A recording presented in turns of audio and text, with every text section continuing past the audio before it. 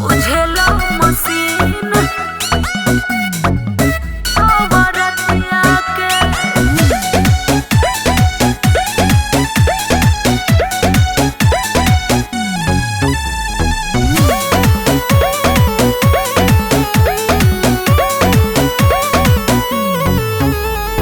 रात वाली बात शुरुआत करहो। अच्छा धीरे धीरे देहिया के हट करहो। अरे ना ये दादा हटी ना। तनी मान जा। रात वाली बात शुरुआत करहो। धीरे धीरे देहिया के हट करहो।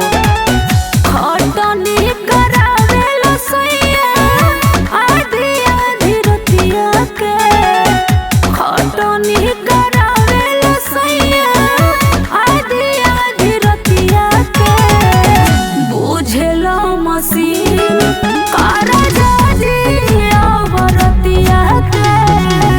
बुझेला मसीन कारा जाजी औरतिया के। का समझतनी हटी महाराज।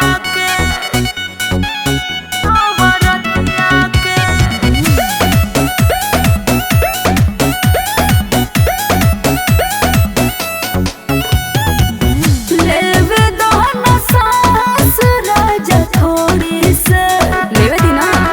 अरे बाप रे भइल बड़ा आशिक काहे ढोढ़ी के। एकदम पगलाइए गइल बानी। होई मरत तनी परिच्छेद लेके कोरवा में तनी धनी बिच्छेद। तोर देल बड़ो राजा तू तो नाए खटिया के। तोर देल बड़ो राजा तू तो नाए खटिया के। बुझेला मसीन कारा जाजी औरतिया के। बुझेला मसीन कारा जाजी औरतिया के।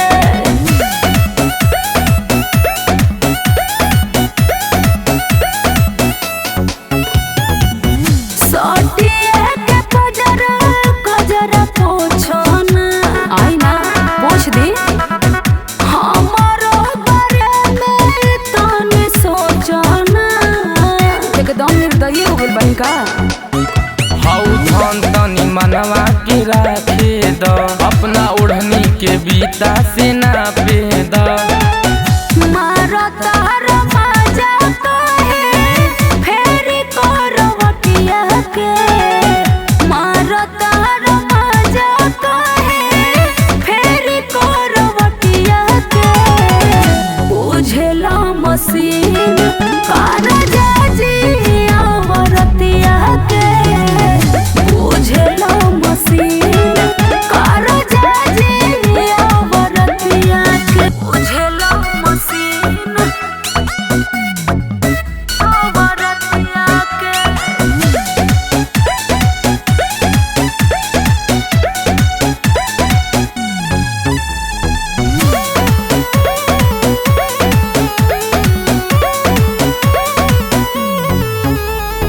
रात वाली बात शुरुआत करहो। अच्छा धीरे धीरे देहिया के हट करहो। अरे ना ये दादा हटी ना। तनी मान जा। रात वाली बात शुरुआत करहो। धीरे धीरे देहिया के हट करहो। खटनी करावेला सैया आधी आधी रतिया के। खटनी करावेला सैया आधी आधी रतिया के। बुझेला मसीन कारा जाजी औरतिया के। बुझेला मसीन कारा जाजी औरतिया के। का समझतनी हटी महाराज।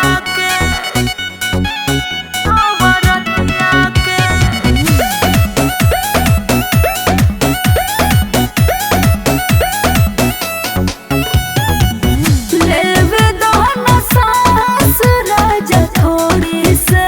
लेवे दी ना। अरे बाप रे भइल बड़ा आशिक काहे ढोढ़ी के। एकदम पगलाइए गइल बानी।